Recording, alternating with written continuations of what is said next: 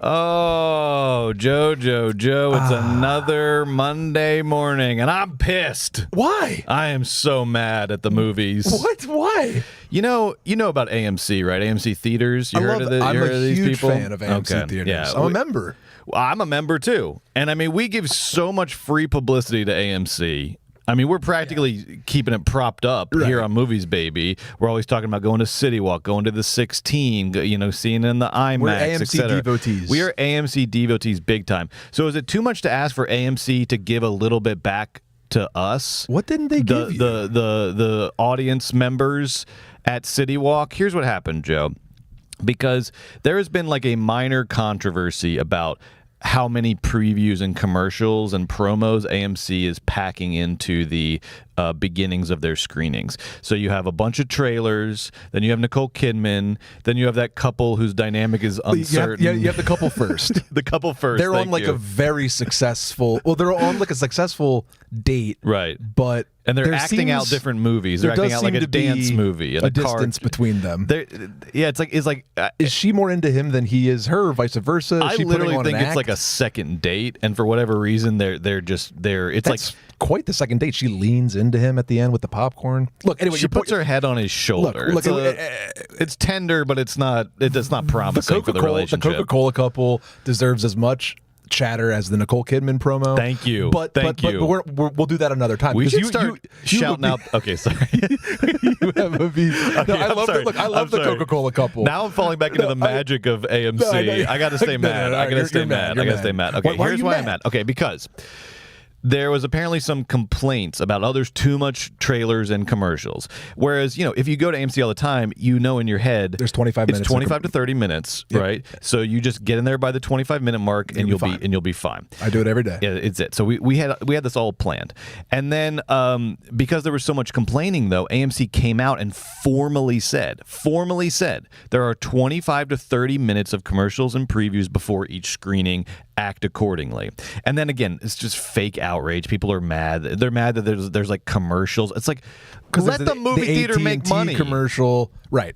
Let the movie theater make money, and they're telling you when the movie starts. It's like, what else could they possibly do? Who cares if it's like the start time is arbitrary? It could be like they could have 2 hours of commercials. As long as they tell me there's 2 hours of commercials, then I know, okay, I actually bought a ticket for 5 o'clock, not 3 o'clock. That's extreme. In this case, it's just 25 to 30 minutes. It's totally reasonable. You know when to get there. Everyone's always running late anyway. It's a blessing. It's been that way for a fucking Thank you. As long as I can remember. This isn't a new thing. Thank you. This is not a new thing. All right. So why am I mad, you're asking? No Because so idea. far I have no problem with any of this. I know. Okay? What's and wrong? I also wanted to point out, they even put it on your ticket. It says, oh my God, I can do my Face ID. Do you see what that says? Yeah, movies. The listed showtime is when trailers and additional content begin. This movie will start 25 to 30 minutes after the listed showtime. It's right there on Brett's actual 25 to 30 minutes is what it says. Okay, so what's wrong here, So here's Brett? what I am mad about. I went to see Superman on Friday. 9 a.m. screening like a maniac. Good for you. Yes, it was the only one I could find a responsible seat in IMAX, because I'm not like front you. row center? No, that's where you sit because you're crazy. Right. I like to sit, preferably in the back corner, where I can just be alone. Front row with center my is always thoughts. open for every screening. So I went at 9 a.m. I get a soda. I ate a hot dog. I ate a 9 a.m. hot dog? That's good. 9 a.m. I hot like the dog, honesty. and I scarfed it in the lobby. Good. Oh yeah, that's honesty I was right starving. there, I didn't have folks. breakfast. There you go. All right, so I had a hot dog and a soda. I look at my watch. It says 9:19. Okay, I go up the elevator. I'm going into IMAX. I'm looking at my watch as I'm going into the IMAX. It says 9:20. Perfect. Okay, this is 20 minutes before my screening is scheduled to start. You can probably right? catch the Odyssey trailer. I'll probably get the Odyssey trailer Yeah, again. you Is what nailed I'm it. thinking. Yeah, that's what I think. I'm walking in. It's like dead quiet and dark. The movie is playing. Have I not told you this yet? No. The movie. Are you not mad now? Are you getting a little mad for me? I'm mad because it was on your ticket. On the ticket now. It's not like you used read it to in the be- newspaper. No. It's on the ticket on the that ticket. you bought. And that's Did you ask new. for your money? That's Did you ask new. for your $0 back? I should have gone up and said, I demand another free screening. I demand my fourth movie not a free. week They're back. included. They're included. All I right. demand my fourth movie a week. So this is because look, if it was back in the old times when it was just like you just sort of knew instinctively it was 25 to 30 minutes, and then it was 20, it'd be like, oh, I guess I guessed wrong, and they had one less preview. Now they're putting it on the ticket, and they're not abiding by what they put on the ticket. You know what? You know what I hate more than anything? Walking into a movie theater when the movie is playing. I despise myself. Then I despise what I was forced to do. I know. You have to go because like you got to see the first frame. I need to see the first frame of the movie. You have to. And tell me, did I see the first frame of the movie? I'm sure you figured it out. Snowman. Super. He's lying in the snow. Oh, really? Yes. Oh, that's the beginning of the movie. All right. Is that the first shot though of him in the snow going? Yeah. Yes, more or less. But I had to like walk through. I hate having to walk past past did like people. 15 minutes of commercials. You got fucked. I get totally fucked. But it's against that the was the beginning terms of the and conditions. You missed the opening scroll, which you would have hated. A lot of text. Okay. Opening up that Superman movie. Okay. But then after that text, he flies in, boom, head in the snow. He can't move. Crypto comes, right? Right. The dog came. Then Brett, you caught all of Superman. But I don't want to walk in the middle of it because here's the other thing. I was terrified sitting there because I had not silenced my phone. Because that pre-show ritual is I get in there, I sit down, I silence my phone, I lower the brightness in case I do have to look at my phone during the movie. You piece of shit. I have a child. So do you. I have a child. I cannot. He's fine. He can wait 2 hours. No. I cannot go 2 hours without like making sure I haven't got like some emergency text message. Oh, okay, God, that's responsible parenting. Okay, he's fine. But I do it like this. I do it so quick you don't even notice it. You bother don't me even during know. my movie. No, I The do not kid's bother. fine. I don't bother you. Okay, I don't bother anybody. Okay, I just need to make sure that everything is fine at home. Okay, just once during the movie. Now, and you know what? A lot of times, to be fair to all the people out there who are so mad at me right now about this, I usually combine it with a bathroom break. Okay, so you don't even know it's happened. You don't even know it's happened. But I just need to make sure. Okay, I do have a life outside of the movies. Oh, wow. So I'm sitting there in Superman. The movie's playing. Yeah. I'm trying to guess if this is the first shot or if we're. Right. Am I even in the right screening? Because maybe I went to the wrong theater and this is the middle of the movie. I have no idea. I'm lost. Yeah. And then so you didn't see it IMAX. I did see it in IMAX. Okay. Yeah. Say that. And I mean, okay. So I knew it was right. Okay, fair enough. Okay, but I'm still panicking in my head. Right. And then and I don't have my phone on silent. And so I'm just terrified that not only am I going to be late, that my phone I'm going to get a call from one of these scam likely calls or something in the middle of this movie. So you know what I did? Because I am polite, okay? I am very polite. What did so you do I have to silence my phone. Yeah. Here's what you do. If you have to silence your phone and the movie's already started because AMC lied to you about the start time, here's what you do. Do not do it when it's mostly like dark. When it's like a darker composition on the screen. You wait until it's like fucking broad daylight. Right, it's daylight, okay? This isn't polite. Unbelievable. Just turn your phone off. When? Before you go into the movie theater. Why? Because I get there early. I got there early for the movie. Enjoy. To quote the great Jon Stewart, enjoy your moment of zen. Before the film. I got there early for the movie. I had plenty of time to turn my phone off. They're the ones that started the movie at least 5 minutes early. Because I also they started look. Did this happen to you? No. Well, I saw it at later in the day, and it was a true 25 minutes. No problem. It was 25 minutes? So, look, what happened to the 9 a.m. screening? They must have been they had to fit in all the screenings because there was 1 million on that IMAX screen. Right. They were like, we have to start it 10 minutes earlier. You have to notify people of that. You have to notify people of that. Look, your main point stands, right? Oh, it's on the ticket. It's on the ticket. It's on the ticket. You're not being lied. silly. They lied. It's on the ticket for the screening. And it says on the ticket, read chats. Read chats, man. Oh, no, okay, they were just chatting about something. Sorry. I thought the chat was alerting us to some problem. Okay. All right. Are we all good, chat? Are you enjoying this? Chat. Chat's start the show. Okay. All right, look, I'm just saying AMC lied to me. I'm very mad about it. And now I don't know what to believe. Now I don't know when to go to the movie. Because I also don't want to go too early and sit there for 8 trailers I've already seen 100 times, okay? I like this system. I like this 25 to 30. I'm going to get there at 20. I'm going to be responsible. I'm not even pushing it. I'm getting there 5 minutes early. Yeah. Well, do better to AMC. Do better. Or how about this? They just announced this. How about this? This is strike one. Yeah, fair enough. Because we love fair them. enough. Strike one. And you're basically we're batting 1,000. So you're like the best player of all time. This is your first strike ever. Strike one in my book. All right. All right. Should we start the show? Let's do it. All right, baby. Gabe, can you roll the theme song, please? There it is. Smooth. The backbone of this country is the independent film critic. The power of movies must be protected. Are we seeing it, or is that just me? There it is. Yeah, hell yeah. I want to feel every day. Movies, baby. Movies, baby. Movies, baby. Movies, baby. I love it. Welcome to Movies, baby.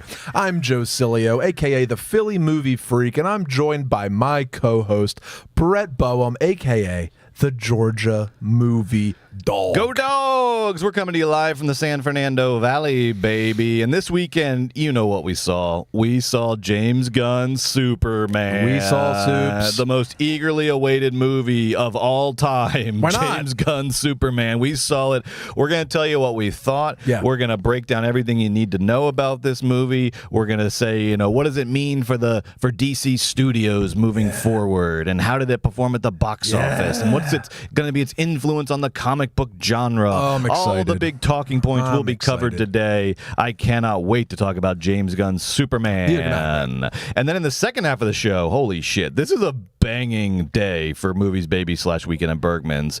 In the second half of the show, this is for Patreon subscribers only. Yeah. You sign up at patreon.com/moviesbaby with 5 Ys. 5. Start with a 7-day free trial. See if you like it. Get into it. We've been getting a lot of subscribers lately, and I think that means we're doing something right here. I hope so. I think that means we're doing something right. I hope we are. I hope we are. I'm glad to and hear I it. greatly appreciate all the subscribers because you help this show to keep going. Tell your That's how we do the show is because of our Patreon subscribers. So thank you very much, Thank you. our benefactors. And we got a big one for you today on Patreon. And we're not going to disappoint. No. We're not bringing you. This ain't some little rinky dink. This is a massive showdown on Weekend at Bergman's in the second half of the show. And Weekend at Bergman's is where we pit a art house film versus a popcorn film. They share some sort of theme, and we have to be honest, and we have to tell you which one we like better. And right now we're in the middle of our 1980s season, and I can't think of two 1980s movies bigger than Akira Kurosawa's Ran and Star Wars sequel Empire Strikes Back. That's right, Ran versus Empire. That's insane. Not since we did like Die Hard versus The Red Shoes has there been two as good movies going against Die Hard each other. versus Jean Dielman, and then Red Shoes versus Showgirls. But both examples count. Yeah, exactly. See, those were years ago, dude. We haven't you had have two examples that are correct. Right. We haven't done just two masterpieces in a while. This So is it's crazy. exciting. It's this is exciting. crazy. See that. This is crazy. And what is the common? The common links are just like big movies, 80s big masterpieces. war-centered movies, Big war movies. And also Lucas famously, stole the whole idea for Star Wars from Hidden Fortress. I'm kidding. But he was greatly inspired by Akira Kurosawa and acknowledged that he was inspired by Akira Kurosawa for Star Wars. We'll talk so about it's all it. coming I full got circle. so much to Joe's say. got so I got much so to much to talk say. about that. You're gonna but love that. first. We gotta start with Superman. Let's look at this money situation. Money. Gabe, show me the money. Oh, here we go. And by money, Bang, I mean bang. the weekend box office returns, baby. Faster than a speeding bullet. Lower than expected international numbers. I'm just kidding. Superman had a great opening weekend. It earned $122 million at the domestic box office and another 95 internationally, a little soft internationally, for a $217 million worldwide opening. But they do that. Wow. Superman apparently wow. doesn't play in China. And it was low in China, I think, Latin America, parts of Europe. Yeah, Superman apparently isn't like the biggest deal overseas, but like, the UK market or whatever, they love Superman. Yeah. But, regardless, despite it being not world-beating numbers, there's nothing to say about this total other than a big fat W for James Gunn, DC, and Warner Brothers. Yes. And you saw Zaz taking a little victory lap. All you need to know when you're, because there's so much trickiness around movie financials, particularly these days. What counts as a success? What counts as a huge success? What counts as a flop? What is bad for the studios versus what is perceived to be bad? There's a lot going on here. So all you really have to do do is see this massive victory lap that David Zaslav, the head of Warner Brothers, was taking. He said, 3 years ago, I hired, subject to the sentence, baby, I hired James Gunn and Peter Safran to reimagine and unify the creative direction of DC under one leadership team.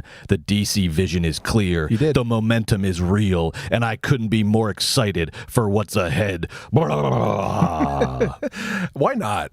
Why wouldn't Zaslav take a first of all, he's born to just like take victory Take laps. credit, yes. Right. But Yeah. also credit where credit's due. Yeah. Hiring James Gunn out from under Marvel was a savvy move. James Gunn had made very successful Marvel movies with the Guardian of the Galaxy trilogy, and he was a good DC partner in some of the early The Suicide Squad. and the Peacemaker things like that.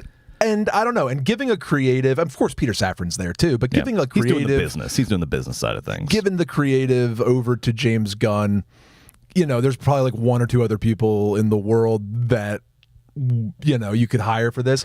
Who else would you hire? I don't know. Who else? I don't know. Yeah, I mean, who else would I hire? Yeah. Who cares? But like, who else would DC hire? But even you, like if you were in Zaz's position, it's a smart hire. It's a great hire. It's like So simultaneously safe and sort of like fun. It's like a safe choice that is not perceived as a safe choice because he has this kind of like punk rock take on comic book movies, sort of. We'll talk about that. But yes, the people love him. Yes. Because in my theater, Yes. before the screening, people were shouting out, I swear to God, "In James we trust." That's bad. Come on, James. That's bad. Come on, James. Jesus. Swear to God. And then during the I'm glad movie, I came late to my and screening. during the movie, there was even like, it was like someone did something like naughty, and someone was like, James, ha ha. James, wow. They really want James Gunn to succeed. This is so interesting. They love him. So he has such goodwill with this They audience. love him, and now he has incredible will because goodwill. it seems to me that comic book people really liked and loved and respected and had fun at and enjoyed this Superman. They did, and the thing that comic book fans I think like more than anything is they like when their team is winning, and they like when there is like energy. When comic book movies are at the center of the conversation, these are selfish people who want to monopolize the media escape. All right, and so they love when everyone's talking about comic book movies. This must have felt like, you know why they're so excited? This must have felt like 2010's Marvel Golden Age. This is the first time in a long time that comic book fans have been able to come to the movie theater on a weekend and feel like they are the center of attention. They're king shit. Everybody else back of the line. Sorry, baby, never heard of it. It's all about Superman, baby. It's all about us. Us, us, us, us, us. Well, here's what I think they liked. I think that they were happy. I guess we're kind of delving in a little bit to Superman, but let's get more into from an it. audience perspective. Yeah. I think that what people responded to were these elements. Number one, I think that the casting was great overall, but the casting of Corn Sweat as Superman was great casting. Mm-hmm. So I think people were really happy to just be like, oh, cool. Like, all right, Superman is cool and good, and I think people liked that. People liked Lex Luthor. I liked Lex Luthor. Nicholas Holt's performance was very good as Lex and then Luthor. people liked a lot of just the fact that it was good. Like I think a lot of the response was like, "Yay, okay, DC is good. It has a personality. It has a Superman that I kind of love, and now they're going to build out the DCU based off this energy. That's great." Does it really, really, really, really remind me of an energy called Marvel? Yeah, Yes. but but that's for me Yes. to know and for them to find out. Well, let's dig into that because there were two things. I liked this movie overall. It would be very hard to like not like this movie. This movie Watch me. This really, or this I can't wait to hear. This I can't wait to hear because if there's didn't any like issue it. I had with it, it was just sort of its sort of pick me likability. But okay, all right, we'll hold off on that for a second because we have some more basics to discuss. But now I am very excited for where this conversation is going to go. Okay. Just hold it for a second. I'm not gonna- Hold it for I'm a not gonna second. rip it to But this shreds. is great though. Because now that I know that this is where the yellow brick road leads, I'm very excited to get there, and it's actually going to make the reciting some of this business a lot more enjoyable for me, darling. Because I've been waiting yeah. for a big old Superman takedown. I personally can't do it, but I can't wait to hear you. There won't. Well, then everyone can wait on bated breath. Great. All right, But good. just All right. so This you is know, exciting. It This won't is be exciting, some people. Okay. full-throated takedown. Okay, There's all a right, lot all to right, like about this movie. Okay, All right, go but you ahead. didn't like it overall. Hey, just quick tease me with the star rating. Don't worry about it. Okay, all right. It's higher than you think. It's not that bad. Movie's fine. Okay, all right. We might have the same rating then. Okay. This is, to go back to the box office real quick, so this is the biggest solo Superman opening ever. It edged out Man of Steel, the Zack Snyder movie with Henry Cavill, by about $6 million. This is James Gunn's second biggest opening after Guardians of the Galaxy 2. And domestically, this is the third biggest opening we've seen this year. 3-day opening behind Lilo and Stitch and a Minecraft movie. And it's, speaking of the Marvel connection, I'm sure DC is very happy about the fact that it is opened well above Marvel's 2 releases so far this year, Captain America: Brave New World and Thunderbolts, although Marvel does have its biggest movie, Fantastic Four, coming out in 2 weeks. We'll see how that does. Like Joe said, the international opening was a little soft. I was surprised. This is one of my, I was like, oh, this is a little American blind spot or something. I was like, oh, I thought Superman was like a global brand. Kind of not. No. Kind of Me not. too. No. But everybody at Warner Brothers and DC is very happy about this. Zaz, Gunn, etc. And a big part of the victory lap, I think, is that, look, this movie cost $225 million. That's a lot of money. That's not an insane amount of money for a movie of this scope. I mean, we just saw Mission Impossible cost like $400 million, right? We saw Snow White cost more than this, the Disney live action. So 225 is like it almost feels like restrained for a movie of this size in the year 2025. It does seem to be a responsible allocation of this is going to launch the DCU, which is like a billions of dollar proposition. Right. So it could have been a loss leader, so you could have justified a bigger budget. And this is why bringing in Safran and Gunn is so smart. They know what they actually need to get the job done. And, it doesn't have to be $400 million. And I think that apparently one of the reasons for the budget being so small is also one of the things I liked most about the movie, which is they didn't go after A-listers. They cast people who they didn't, I guess, didn't have to pay as much money as A-listers. But I thought the casting of the movie was one of the strong points overall, and it was also good for the budget. So win-win. Corn Sweat and Brosnahan were both paid $750,000 for this movie, and then Holt was actually the most highly paid at $2 million. But that's not a lot. That's not a lot of money for Lois, Clark, and Lex. No. That's good. No. And they've been going around. They deserve some sort of back-end bonus or something, because they've been going around killing this press tour, all 3 of them, and that's all they got paid? Well, that's how it goes. That's because you get paid on 2. Right. For the Justice League get movie. paid on 2. They'll all get their mansions. He'll make his. All right, their second mansions. Now, I had a question for you, Joe, before we dive into your review, which I'm very excited about. There was a little bit of we had one of these like Superman woke moments, and we see these with movies a lot these days. It happened with Snow White, sort of, where either the director or the cast or somebody starts talking about the movie during the press tour, and they're bringing up like it's touching on these political issues, or they bring up their own personal politics, and then it starts the inevitable culture war where Kellyanne Conway goes on Fox and says, "Not my Superman. Get politics out of the movies. No, thank you." Number one, this is so funny for the obvious reason. I was watching the first Superman this weekend, and the first 15 minutes are like, it was the Great Depression, extremism was high, like the national temperature was an all-time high. And then you go to Krypton, it's like, there's a genocide going on, and we need this and that. It's like, there is like so much politics in the first 15 minutes of the first Superman. It's very funny. Obviously, that's not what this is about. They will say this shit regardless of reality. My question for you is, unlike Snow White, which the bombing of Snow White was blamed on Rachel Zegler's, woke politics or whatever that she brought into the marketing of it. Why did because what James Gunn said during the press tour was that Superman is an immigrant, and he's drawing parallels between the current situation in America and the story. Why didn't this matter? Well, what's the difference here? Between apparently if you go woke, you go broke, according to Disney. But then here, it didn't really matter. What do you think the difference is? I think the difference is it's a good movie, so people are like, oh no, I liked it, and then it's just like, oh, it's Superman, it's good, and I'll go. And also, I think it was because Superman is an immigrant, and that's not really that crazy a thing to say. Like, everybody kind of knows how Superman goes. I just think that also it's like, me and you care what James Gunn said the day before. I wonder if some of these stories are overstated. Now, the Zegler one wasn't. They hate Zegler, and we had some fun with that one. But I do think, like, all the red state returns were on par with this type of movie. Yep. All the blue state Yep. cities were on par with, like, there was nothing special here. Politics didn't affect it. And I think just very generally, Brett, Gunn said that like a day before. Kellyanne and the crew over at the Five got their licks in. These guys make a fucking problem out of everything. I think people just want, if you want to see Superman, you're going to go see Superman. Yeah. James Gunn directed it. He's not the world's most woke guy of all time. You know, he has his edges and such. Yeah, I think, and this draws back to what we were saying when Snow White bombed, and then Disney blamed it on Rachel Zegler tweeting out pro-Palestine stuff or anti-Trump stuff.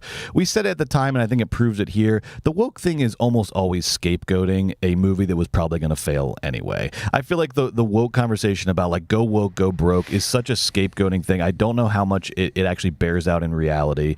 I think Snow White failed because it was not a great movie, and it's also not IP that people are clamoring for, and it was marketed poorly, and it was over budgeted, and it took them like 8 years to make it. Whereas this movie was very cleanly, specifically marketed to an audience. Again, I don't think anyone's getting up on Saturday morning and going, oh boy, can't wait to see Superman. Oh wait, shit, James Gunn's woke. I can't go see Superman because James Gunn's woke. I just don't think that's the way people think in real life, particularly around going to movies. And I think you see it here that the woke thing is just sort of like culture war. It's just for discourse for TV and for social media. It's content, but ultimately it's not affecting decisions that moviegoers are making as to what movies they see or don't see. Usually. And definitely not here with a movie this anticipated that had a great trailer. Like it's like the old things are still the true things. Like, yeah, it's nice when a movie gets a viral moment, but that's usually nicer for a movie like, I don't know, Challengers or something that needs to sort of break into the public discourse. When it comes to Superman, all you had to do was nail the trailer and show the trailer a bunch and show the poster a bunch and show David Cornsweat's handsome face on TV, and you're going to sell the tickets. And it doesn't matter if the movie is or isn't woke. Movie's not woke, but the movie does aspire to politics. It does. It actually, like, it aspires to actually engage with themes much more much more interesting than Superman as an immigrant. Like, this has like Israel-Palestine in there. This has like tech lords. This has AI, nanotechnology. This has like this is giving you all of the. There's plenty of things to complain about if you want to with the politics here. Silly to harp on the James Gunn comment. It didn't matter because it doesn't matter. And he also is a master. I also think James Gunn is very good at writing lines and balancing and sort of walking tightropes. I think that's one of his great skills as a director and just as a producer and as like a person out promoting movies, is that he is very good at, in the movie itself, like you said, aspiring to politics is a good way of putting it. Aspiring to politics, but ultimately sort of not really saying a whole lot politically that's new or interesting or dangerous. Like a lot of every comic book movie. Yeah. Now, how did we get to this point? I want to give a quick little background on how we got to the DC universe and this movie. Very quick. I see you getting nervous because I know you want to do your scathing criticism of this movie. Criticism. So DC was bottoming out, over the last 2 to 3 years. Their last movies before Superman, listen to this murderer's row: Shazam, Fury of the Gods, Flash, Aquaman and the Lost Kingdom, Blue Beetle, and then last year, of course, if you want to throw Joker Folie à Deux in there as well. So look, to quote what Damon Albarn said about Oasis last week, Marvel had won the battle and the war and the whole damn thing. And even though Marvel was in a little slump of its own, man, it does not compare to DC just like fully bottoming out over the last couple of years. So like we were saying, that's when old Zaz gets the brilliant idea to just hire one of the best minds in the comic book movie business, James Gunn, and producer Peter Safran, as co-heads of what they were now calling DC Studios, and then they are now calling this new run of movies the DC Universe, right? The DCU. What was it called previously? The DCEU, the DC Extended Universe. Okay, now this is just the DC Universe, a franchising of DC IP that is going to be even more clearly modeled on the Marvel Cinematic Universe than ever before. The goal now, they're saying, is 2 movies a year plus TV series. And then they're going to reintroduce all the major characters. They just did Superman. They'll do Wonder Woman. They'll figure out what to do with Batman. Obviously, Batman is in the Matt Reeves sort of like side universe right now, but they're going to figure out how to bring him into the DCU. And then they're eventually going to build up to a new Justice League movie, and it's going to be massive. So next year we have Supergirl coming out. That's teased in this movie. And also Clayface is coming out, which Mike is like Flanagan wrote Clayface. Oh, great. I can't wait for that. It's supposed to be like a small, darker one. But you know what? I know we hate Flanagan and we razz on him, but like, Look, insofar as a DC, I've liked Flanagan. I like Dr. Sleep. I do think if the DCU is going to do a bunch of movies, doing like a smaller Clayface, dark kind of character study thing is what they're promising. Like, okay, James Gunn. Okay. I like, not everything has to be a $300 million fucking Wonder Woman movie. Yeah. Let's make a $50 million Clayface movie. Yeah. Okay. That sounds fun. And I think from what we saw in this one, I think the Supergirl movie is going to be a lot of fun. Yeah. I think the Supergirl movie is going to be a Millie lot Alcock's of fun. good. She is good in House of Dragon. Right, yes. Which I yes, liked her in that's that. where I recognize and her then from, she, yes. like, in the very unnecessary, but, like, I guess ultimately fun scene at the end of Superman, has a little cameo, and she seems fun, and that character seems fun. You know what it feels like? It feels like it's gonna be like the movie equivalent of like an Olivia Rodrigo song. It's gonna be like I love Olivia Rodrigo. New punk pop. Like it rocks. Yeah, I think it's gonna be. I think it's gonna be a lot of fun. I think it's gonna be a lot of fun. I have let Olivia Rodrigo do a full soundtrack for Supergirl. That'd be There's an cool, idea, like right? Prince. There's an idea. Yes. That's Let's go back to cool. artists doing full soundtracks, starting with Supergirl. Olivia Rodrigo, perfect choice. That's a good perfect idea. choice, right? Yeah. Hey, James Gunn. Call me. Call me. You're a music guy. So look, that's the plan for the DCU moving forward. So our task today is we're going to talk about Superman and evaluate, is the DCU off to a good start? What does the future portend? Et cetera, et cetera. So the movie Superman is written and directed by James Gunn. It stars David Cornsweet as Clark Kent / Superman. You got Rachel Brosnahan from Marvelous Mrs. Maisel as Lois Lane. You got Nicholas Hoult as Lex Luthor. You got Edie Gathegi as Mr. Terrific, my favorite character in the movie. I thought he was very good. We'll talk about that. You got Anthony Carrigan from NoHo Hank from Barry as the guy who changes. that sort of his gooey name is alien. Mephisto. Yeah, it's Morphiso. Yeah, your art house is showing. Mephisto. It's Morpheus. Or something. Yeah, it's like close to Morpheus. What is it? People cares? are screaming It's the at us. worst characters. Metamorpho. Fuck Metamorpho. You got Nathan Fillion here as Green Lantern. You got Isabella Merced as a Hawk Girl. And this movie is about it's sort of like a Dark Knight vibe where like Lex Luthor's trying to turn, I just mean thematically, like Lex Luthor's trying to turn the public against Superman, and he has done it sort of effectively. See that? Yeah, I did not put my phone on silent. No. I didn't put it on silent. No, go. And we started on time, so maybe I just shouldn't blame AMC for anything moving forward. And maybe it's all me. Maybe I just need to look in the mirror and accept my own flaws. So Lex Luthor's turning the public against Superman, and then Superman has to prove that he's actually a good guy, and that's the movie. All right. Well, that's yeah. What? Is it not? Yeah. How would you describe Superman? Superman is growing in James Gunn's Superman, which I kind of like. Like one thing I really appreciate about the movie is we get Superman who's already developed. There's no origin story needed. We all know the origin story. Let's not be silly. Huge plus. Yeah. So we get right into it, and I like that we get right into Superman struggling. The very first thing we see is that 3 minutes ago he was defeated for the first time, and he has to, pick himself up and brush off his cape and get back in there with the help of his like coughing up pal, blood. Krypto. He's having a tough time. To hell and back. Yeah. Then his girlfriend Lois Lane, and what I love is like immediately Lois and Clark, like they know each other. She knows he's Superman. Like, don't worry about any of that bullshit. You know what I mean? We don't need to like any of that. It's like immediately Lois is like, hey, can I interview you as Superman? And then the best scene of the movie, I think, is that when they have that interview. Because it was great to see Lois and Superman like this. Lois was like, hey, Superman, do you ever think about the ramifications of your actions? And Superman is like, hey, man, when someone needs saving, I'm going to be there and save them. I don't care about your geopolitical ramifications. Get off my jock. And Lois is like, no, honey, like, you are America. You can't just go to another country, torture their leader, and like stop a war. You are bigger than you think you are. Yeah. And I think it was really nice. That was a great dialogue. It was neither the best character scene. Neither character was like 100% right or 100% wrong. And it was also a great relationship scene. Yeah. Like they like each other very much, but they have these differences. I was like, okay, like okay, here we I go. like this Superman. I like how Cornsweet is like trying to become Superman. Like he's not fully formed yet, and he's also not like proto Superman, where he has to like learn how to become like no origin. We're in the middle of it. He's got a big problem.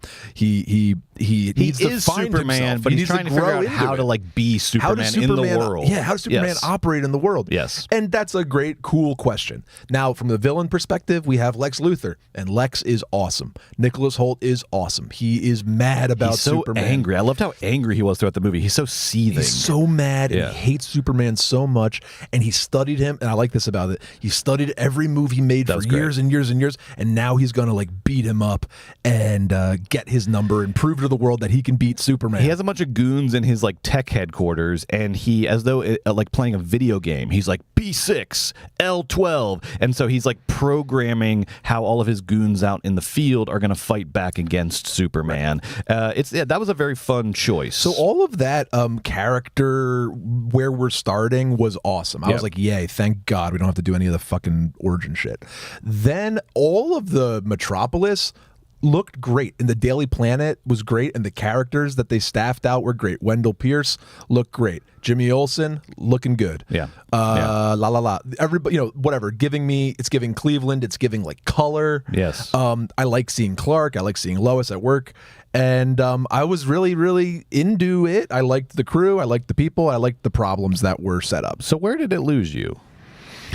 I think that the movie first of all, has a lot on its mind and a lot of like business to attend to. And it's not like a full-on Marvel-esque universe, like explainer, front end, back end. It's all, but there's enough elements in there of like the world building stuff. But that's not really what bothered me. What really bothered me, Brett, is when the movie just in Act 2 just sort of gives up on, it's not really about Superman for a while, and they go into Lex Luthor's pocket universe, and once you go into his pocket universe, the movie kind of screeches to a halt. Were you having like multiverse sort of like reactions? Because I know you and I are not big fans of sort of this multiverse nonsense. It seems like a narrative crutch. It wasn't even that. Okay.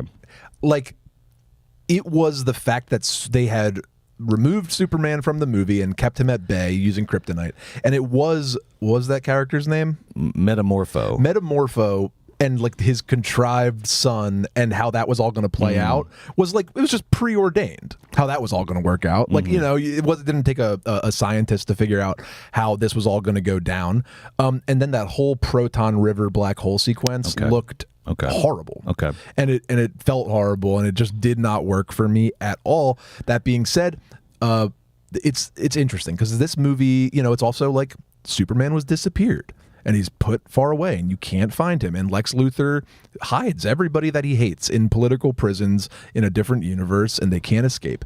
So there was the potential for like, black site private prison there was commentary. And there's the moment of the most intense violence is in that sequence when Nicholas Hoult, Lex Luthor, kills somebody with a gun in cold blood in front of Superman. That was kind of shocking. It was shocking for a comic book it was movie. very How sort violent. of raw and blunt it was. So that. Another thing, and this is all also, obviously, we didn't say it, but deep spoilers for the Superman movie. Yeah, I mean, you're listening to two people talk about the Superman movie. So sorry. We will, yeah. I mean, look, we're not going to, we'll never reveal like twists, but we have to like talk about the movie. Okay, so cool. I won't if you reveal don't want to any more know twists, anything, if you don't want to know anything about Superman at all, you should stop listening right now until you watch Superman, and then join us later. Mr. Terrific was cool.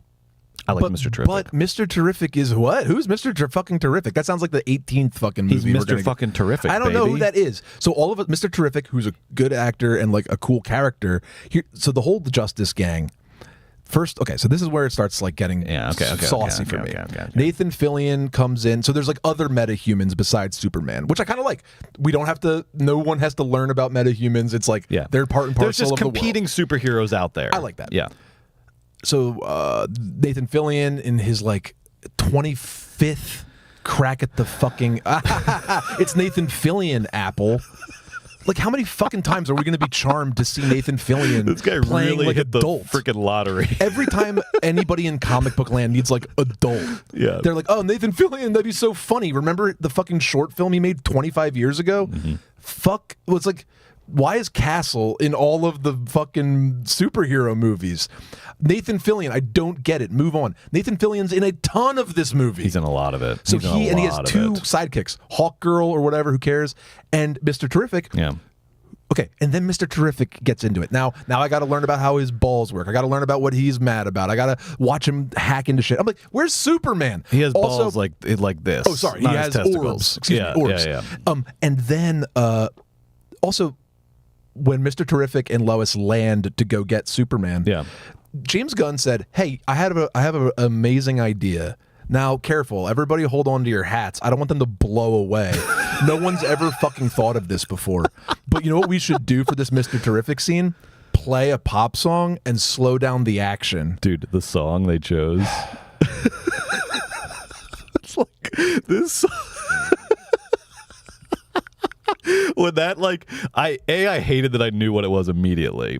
And B, I was like, why this song? This is the bad thing. So they This is the bad thing. So let me set this up. This is when I was like, oh, this is a comic book movie. Oh, nothing no. special. Nothing special here. So it has a fucking stupid scene where a pop song plays and things slow down. Yeah. It has ugly CGI, and it has a post-credit sequence because the people are fucking morons. Yeah, post-credit Why? sequence that means nothing. I like a sucker. I've never stick around for them, but now that we do this as a job, I was like, I gotta stick around with the post-credit sequence. And I was like, why do people do this? They like anyway, I don't know why. They play a song by the band Noah and the Whale, which is if you don't know Noah and the Whale, is it's a band it's the type of band that is like perfect for like 2011, and then you never need to hear from Noah and the Whale ever again for the rest of existence. It's very twee. Like, we love Wes Anderson movies a little too much. We love Wes Anderson movies, but sort of like too much, like to the exclusion of other types of good movies.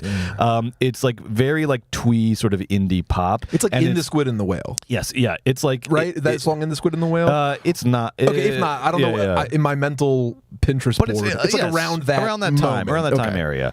But I mean, Squid and the Whale had like Loudon Wainwright. Sorry, I did not mean to disparage the Squid and the Whale soundtrack. It's okay. I mean, Sorry, Noah Baumbach, he has problems, but he knows how to put a soundtrack together. Right.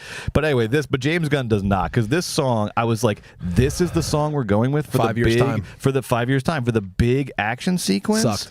I was like, why don't you play a Laura Marling song when Superman's like destroying all the aliens? What are we doing here? You want to throw some Mumford and Sons in when the world's exploding? Let's get the xylophones out here. Let's get what are we doing? The piano that you blow the horn into. That's when I was like, it was also a moment though where I was like, because the problem I think with us reviewing a movie like this too is it's like, it's not, we don't like these movies, kind of like, it's like kind of like not for us in a way. Like, we're not the audience. Like when they played Noah and the Whale and everyone was bobbing their heads and rocking along, I was like, maybe this is just in for me. I don't know. Like, I don't know. I just don't want to let it off the hook. Like, James Gunn, bad. It's just like not a good choice. It's a bad choice. That's what they did in Deadpool and Wolverine. Yeah, that's what they do in every movie. Yeah. But they did it in Deadpool and Wolverine, and we were like sitting here for 10 minutes, like pissed. And then once James Gunn does it in Superman with Mr. Terrific, it's fine. You know what's even more hackneyed than playing the pop song was, and you've sort of alluded to it already. They do the joke about, we're the Justice Gang. We're not called the Justice Gang. We're not calling ourselves the Justice Gang. When they did that joke not once but 5 times, I was like, it's from other movies. I have heard this joke so many fucking times now. I don't even watch every comic book movie. I have heard this exact joke so many fucking. We just heard it in Thunderbolts fucking 3 months ago. I know. I have heard the that's not what our team name is joke so many times. Yeah. I am so sick of it. Can we please retire this joke? It is not funny. It is like Sucks. First level, improv 101 or whatever you want to say. James Gunn is was like the entry level comedy. Can we not do this joke anymore, please? It's so bad. The great writer, the great provocateur, James Gunn, the great comic book legend. This was like first thought shit, bro. So I hate the Mr. Terrific sequence. No shade to Mr. Terrific. He's fine. I hate him he's gotta code the black hole to fit. Fucking cares. And then we'll talk about Act 3. I liked Mr. Terrific. Here's the 2 problems that Superman has to deal with at the end. They're both so rote at this point. It's driving me nuts. The first thing is, we see this in every superhero movie. The first, the main problem is they made a bad guy that can beat Superman. This is what happens in Thunderbolts. They made a bad guy who can beat the Thunderbolts. And then everything, they made a blank who can beat the and then they're going to beat them at the end of the movie. And then the second thing that happens in every movie, and it's happening again in this movie, is the time-space continuum is ripping apart the world. So Superman has to like save the whole universe is like collapsing in on itself, and he has to beat the big man that's stronger than he is. And it's like, I know. And then there's You're like, gonna have to give Joe like a blood transfusion to get through this review. know. He's dying in front of your eyes. but there's and I think that like then at the end it's like, what did we, and then at the end it's like, how Lois at the beginning was like, Superman, you got to think about what you're doing. Yeah. At the end it's like, no, you don't. Yeah. Never mind. Sorry. Yeah. Everything you did was fucking great. Fuck it. Never mind. And the Justice Gang, they went to Israel, Palestine. They figured that shit out. They solved that real quick. Look, James Gunn does two things subliminally here. There's two storylines. First is like the James Gunn narrative, the James Gunn superhero arc, where he's like, I was thrown aside and I had to learn and I've come back triumphant. Sort of like him doing that for himself. Okay. And then there's also the here are my politics. So he puts in like, now this wasn't written yesterday. I think like Israel Palestine's been happening for as long as time immemorial, and like tech lords being bad happened 3 years ago too. Like these themes seem super. Well, that's current, why in the movie it's general enough that like it could have been any conflict between two countries. I think today though it's like very it's like there's a militarized operation and there's like a lot of brown people like screaming without any sort of technology to encounter them, and then the Justice Gang has to go and like save them. It just felt a lot more general than people are like. People are really digging into it as an Israel-Palestine commentary. Well, exactly. But I think that it was intentionally made, like you said, this was not written yesterday. I think it was written generally enough that it could apply to any geopolitical sort of conflict in which one country is committing some sort of sort of like heightened military operation against another country. So it has that element. It has like the dark sites. It has Lex Luthor and his sort of ideas and the tech lord thing. And I think that this movie is sort of getting a lot of like credit. Like, wow, thanks for bringing all these to light in the superhero movie. But I just want to very quickly say, like, Thunderbolts and Captain America: Brave New World dealt with like the same themes in similar ways, and they also were resonant of modern politics, and I think that that's kind of good. So I just kind of actually, before I keep going, I just want to pause and say the superhero movies this year have been good. Okay. I liked Captain America: Brave New taking World. Some wild turns. Okay. I liked Thunderbolts, and I didn't like Superman, but I get that it's like better than other movies and stuff. Yeah. You liked them like where? You liked them at like 2.5 stars? Oh yeah, 2.5. They're all right. They're all right. Well, Thunderbolts 3. Yeah, Thunderbolts is good. Yeah. I was at 3.5 for Thunderbolts. Yeah, Thunderbolts was fun. Yeah. But like those movies are good, and like they are dealing with problems, and I do think whenever I see these movies, I'm always like, oh wow, Marvel made a big red guy who's mean, or I'm like, oh, Superman, Israel, Palestine. But you know what never changes is anything. So I'm just done giving comic book movies like credit. It's like, yeah, like it's good versus evil. You're going to draw all your political comparisons. They don't get credit for like, they're not helping good politics. They're not.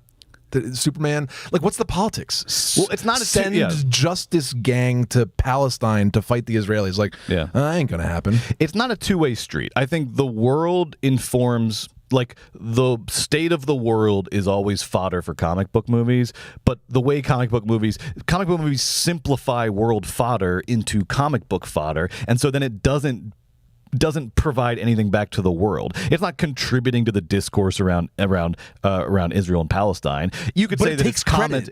But it's always like, it talked about Israel Palestine. Yeah. No, it didn't. Because you know why I know? Nothing changed. No. That is the fodder for your movie, but then you are not. And it's kind of the way it like if you're gonna intentionally make like a really edgy. There's Watchmen. You can make Watchmen if you want to, not the movie, the book. You can make Watchmen, but this is not. If you're making a generic, big, broad audience comic book movie, you're never going to be contributing anything to political discourse because you have to simplify political discourse down to such sort of abstractions that it's not useful anymore. So that's my politics thing, and then my last thing is. I really liked, from a screenwriting perspective, Crypto. I like that it immediately humanizes Superman. Yeah. It's like, I love dogs. Classic. Superman can do everything except take care of the dog. I like that. But Crypto looked bad. Crypto looked like shit. The CGI wasn't good. It cost $250 million. You know how much Ron cost? $11 million. Fuck you. So can my Crypto not look like a fucking like cartoon character. I like it screenwriting wise. So, and then here's what's frustrating out of my whole review, and I hate to be the poo-pooer, but I needed to push back. Away. I get it. This movie was sweet in the right places. I loved what they did with Superman, the character. I'm in for Supergirl. I loved the Fortress of Solitude coming out of the ice. It was so cool. Pretty cool. I love Bradley Cooper stunt casting. Hey, that's my maestro. I liked it in Marlon theory, Brando. but then when I left the theater and I just thought about it, and I was just like, hey, I'm not gonna get. I'm glad it was colorful, and I'm glad Superman is back on track as a character in the modern age, but let's just be fucking honest. This movie wasn't that good. I'm sorry, folks. It was all right. It was 2.5 stars. It was all right. Okay. Let's not fucking lose our lunch here. Yeah, it was all right. It was Just said it's all right. It wasn't as good as Thunderbolts. It's not as good as Thunderbolts. I agree with you. Thank you. I agree with what a lot of what you said. I mean, I think look, overall to me, the important thing for DC and for comic book movie fans and for the future of comic book movie fans is that the movie overall works pretty well and it accomplishes its objectives pretty well. And now we have a foundation for a new comic book franchise. And maybe you don't want that, and maybe that's bad news. But it seems like for a lot of people that's good news. No, everyone's feeling news. it was a movie that was overall it just gave people optimism for the future of comic book movies, and that's what it kind of needed to do. So I feel like it accomplished its goal of making people excited for the future of comic book movies again. And that's just the future is going to be Guardians of the Galaxy. Well, exactly. So this is my big issue with it, because look, James Gunn is a master of a very specific type of secret sauce, which is. He didn't cut fast enough. I had to make a meal out of it. So go ahead. You got to be watching on YouTube, people. You got to be watching. If you're listening, watch too. James Gunn is a master of this balancing act that I was talking of previously, where I think he is very good at combining all of the elements that you need, because a comic book movie is a high wire act. You have to do action, you have to do sort of insane, massive CGI, and then you have to wrangle the CGI and make sure it works with the story. You have to wrangle all your performances. You have to add comedy in. You have to have a soundtrack. You have to have a aesthetic. You have to do all these things. And I know I'm just describing cinematic storytelling, but when it comes to massive comic book movies, it's kind of heightened, because it really is, the success of the movie depends on how well you combine these at times disparate elements into one whole. And I think, with Guardians of the Galaxy and Suicide Squad and now Superman, James Gunn is very good at a specific type of combination that sort of nods at the sort of retro heritage of comic book movies, but it still feels very modern, very now, and in its way, and I'll talk about this in a second, in its way, cool for this kind of movie. And he just does his James Gunn thing to Superman, basically. And so if you like James Gunn, you're going to like this Superman. I appreciate his earnestness. It's a very James Gunn movie. My two big issues with it, and there's a lot of little things I like, there's a lot of little things I didn't like, but my two big issues with this movie, number one is the extension of the completion of Marvel's hegemonic control of this genre. Because now, instead of I really liked when DC offered an alternative to Marvel, when the Zack Snyder era of DC gave you sort of dark and moody, and it didn't look as sort of Guardians of the Galaxy as Marvel. That was great. Then you had two sides of the coin. You had DC doing Zack Snyder aesthetic, and then you had Marvel doing James Gunn, Jon Favreau aesthetic, and that was good. That was like a balance of power. There was a healthy balance of power, and now there is just one monolithic aesthetic for all comic book movies moving forward, which is the Marvel aesthetic. And I know Marvel is starting to experiment with Thunderbolts is going to be our A24 movie, but unfortunately Thunderbolts didn't do well, so they're probably not going to do that aesthetic again. And then meanwhile you have DC just saying, well, let's just scrap the whole Zack Snyder experiment and let's just do Marvel. Let's get the Marvel guy, Reeves is over and let's just do we'll the figure Marvel. Out what to do with and then Reeves later. is over right. here, but he can't even finish the script, So who knows when Reeves is now on Reeves Island. And then in the mainstream of comic book movies, it feels like this was the final step to Marvel's complete hegemony over the genre. We now don't really have an alternative viewpoint, an alternative aesthetic anywhere in the near horizon, because Marvel's going to keep doing Marvel, and now DC is doing Marvel too. So it was just disappointing to me. I'm not even saying I prefer the DC aesthetic over Marvel. I kind of think they both suck, but it was nice to have alternatives when you're going to comic book movies, when you're going to these big budget movies. It was nice to know that oh, this one's going to look like this and that one's going to look like that, but now they're all going to kind of look and feel and sound the same. Am I being too extreme there? No.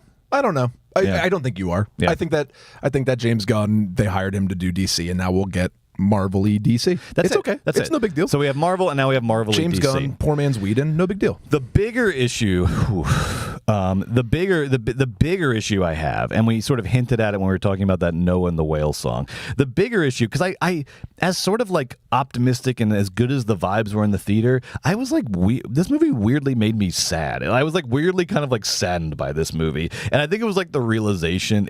I had one of those realizations where you're like, man, nothing's like cool anymore, is it? Everything's like kind of not cool anymore. There's just this like residual like lameness around this movie, and maybe it's your thing, and maybe I'm just an old grump, but it's like there has been this like I don't know, this specific type of like faux cool has developed in our culture, and James Gunn I think is one of the poster boys of it. Nerd and it's culture, man. It is, Nerd but it culture is became. But it's like the trying to make nerd culture cool has created this like weird hybrid that is neither nerdy nor cool is my issue. And James Gunn I think is the poster child for it. It is like the faux cool of like improv comedy or like playing board games at a bar. It is like this terrible hybrid of like cool and nerd together while getting rid of what's best about both of them. And so that to me is why I got sort of like bummed during this Noah and the Whale action sequence, because I was like, this isn't a cool song. This is where the cool song goes, and this is not a cool song. It's not even a remotely cool song. And it's a little disappointing for James Gunn, too, because I felt like that Guardians soundtrack was a lot of fun. Because he's pulling from all over the place. I thought that was one of his strengths. Like, who knows about a soundtrack these days? I know that soundtrack. It has a lot of fun songs on it. And I think the more insidious aspect of this is I think the goal is to take something that was previously not nearly as marketable as it is now, which is nerd culture. I mean, I know it's been growing over the course of, the 80s, 90s into now, but like now it is like this is like the Silicon Valley-ification of nerd culture. I think nerds would agree with you, man. Yeah, where it's like it's there's nothing sort of like messy and nerdy or fun about it anymore. It is just like slick competency without any real risk. And James Gunn gives you the sort of illusion of risk because he's like punk, and he mentions the word punk in the movie. This movie is so unpunk, it's ridiculous. And I know that's like the movie would say that's the point, because as Superman says, the most punk thing you can do is be nice. Guess what? That's not the most punk thing you can do. Blow up a fucking pipeline. The most punk thing you can do is set yourself on fire to protest a fascist government or blow up an oil pipeline. That's still the most punk thing you can do. Not be kind. Being kind is nice. Being nice is kind. It's good. It's good to be kind and nice. It's not fucking punk. Stop conflating all of these cultural sort these of days with Mr. tropes with into the one Orange Man. thing. All right, look, Superman's I don't fine. like it's it. Fun, Okay, it's cute. Whatever. Superman's fine. I love Corn Sweat. Didn't you? I like Corn Sweat a lot. I like him. He's adorable. He's a cutie pie. Yeah, and I love he's that very he's like, I like that Superman wasn't 100% good at being Superman yet, and he navigated that deftly. But overall, I think like every time these movies come out, we have to get swept up in the cultural, like, aha, Superman's back. It's like, no, he's not. I don't care if he is. That's fine. Whatever. See you later, alligator. 2.5 stars. What do you think about this number stars? I've been going down a half star like every day since I watched it. It's one of those movies. It's one of those movies. Because look, I root for the movies. I root for the future of the movies. You're a lover. And this was a good weekend for the movies. And because like as much as I would prefer it not to be the case, the movie industry needs comic book movies to be a healthy, viable, profitable part of their infrastructure. We need comic book movies to continue to work because it funds other things and brings movies and it brings people into movie theaters. Blah blah blah. You all know the story. So the more I've thought about this movie, the lower I've gotten with it. But it's also.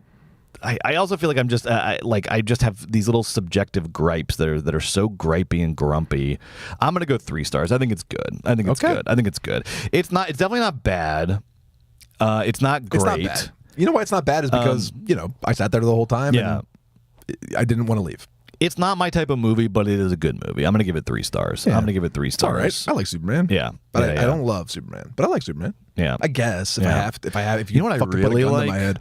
Man, I love those Christopher Reeve Supermans. I went back and watched 1 and 2 this weekend. I fucking love them. And it's what I was talking about. Well, what do they have that these don't? I'll tell you, because it's that exact thing of nerd culture becoming too slick, too competent, too sort of like proud of itself.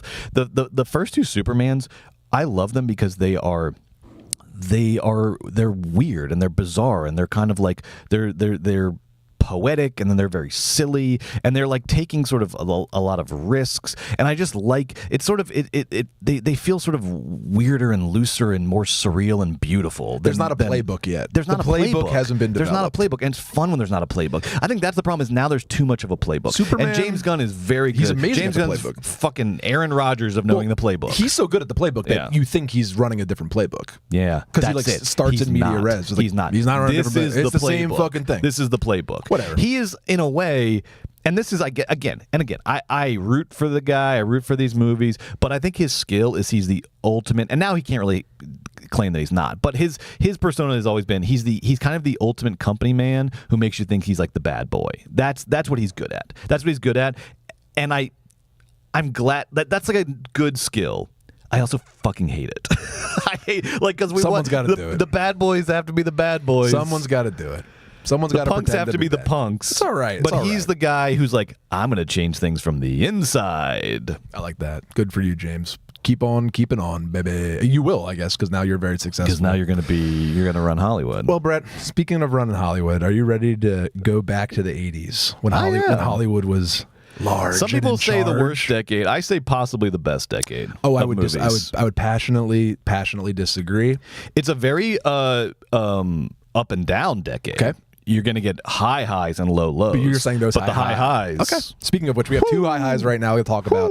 See you on the Patreon. But first, what's coming up next week? Oh, look at this, Joe. Now movies. The movies take and they give. Okay, we saw Superman. We went and did our duty this weekend. We saw Superman, and it was good / all right. Now we get. Ooh, can we go back to that other screen game real quick? Back to the other screen.